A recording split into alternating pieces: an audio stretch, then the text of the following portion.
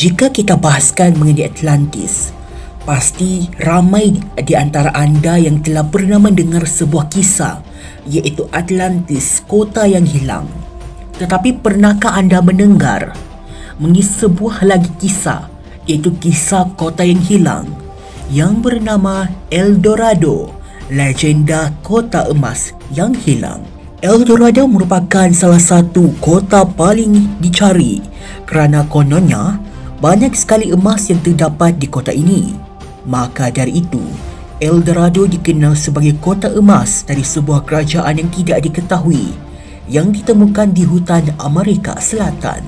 Pada abad ke-16 dan abad ke-17, orang Eropah percaya bahawa El Dorado ada dan terletak di dunia baru. Pencarian kota tersebut telah menyita banyak sekali nyawa, membuat setidak-tidaknya satu orang bunuh diri. Bahkan ada juga yang dieksekusi mati atau dihukum mati. Secara geografi, letak El Dorado telah bergeser dan berakhir di satu tempat di Amerika, kata Jim Griffith, penulis cerita rakyat dari Tucson, Arizona. Namun, kota dengan kekayaan yang tidak ternilai ini belum juga ditemukan.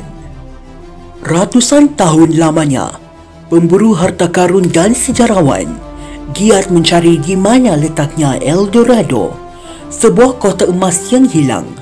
Bayangkan tentang kewujudan sebuah kota yang dipenuhi emas dan segala perbandaraan sememangnya mempunyai daya tarikan yang tersendiri, sehingga berupaya menggamit perhatian warga dunia yang bertungkus lumus mahu menemukannya.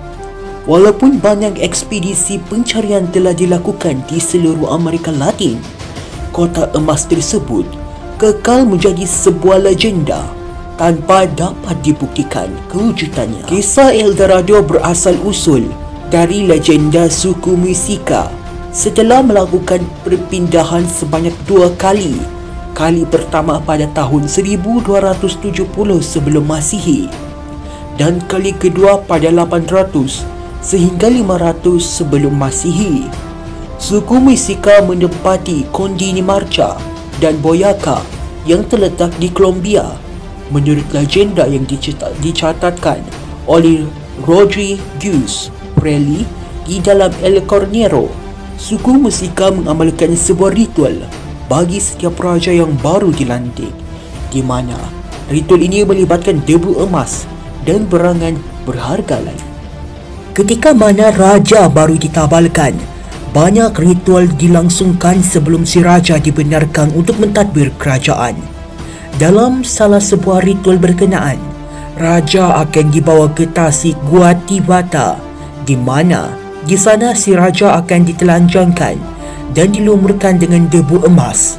Raja kemudian akan dinaikkan di sebuah rakit yang dihias indah dengan diiringi oleh sebuah rombongan longgokan emas dan batu berharga. Rakit tersebut seterusnya akan dibawa ke tengah tasik, di mana raja akan membersihkan debu emas yang melumuri tubuhnya, sambil rombongannya pula melempari emas dan batu-batu berharga yang dibawa ke dalam tasik.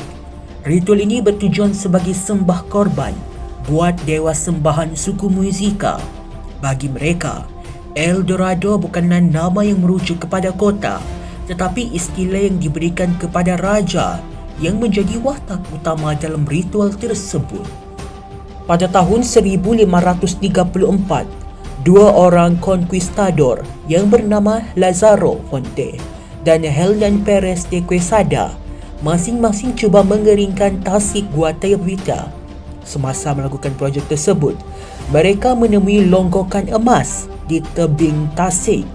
Penemuan ini membuatkan mereka mengesyaki wujud khazanah yang jauh lebih besar di dasar tasik. Usaha pengeringan tasik dilakukan selama 3 bulan, namun tidak berhasil.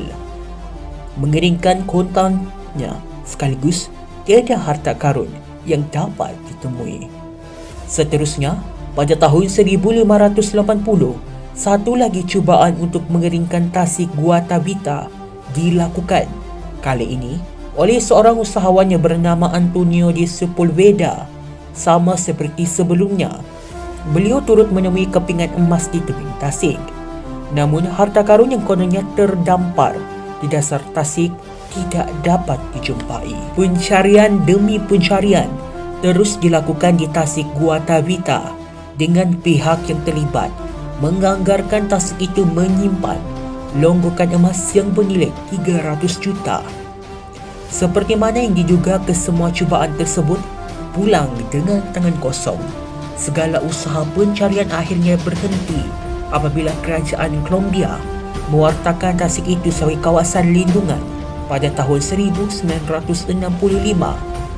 Apapun pencarian di El Dorado masih tetap berjalan tanpa melibatkan tasik Guatavita.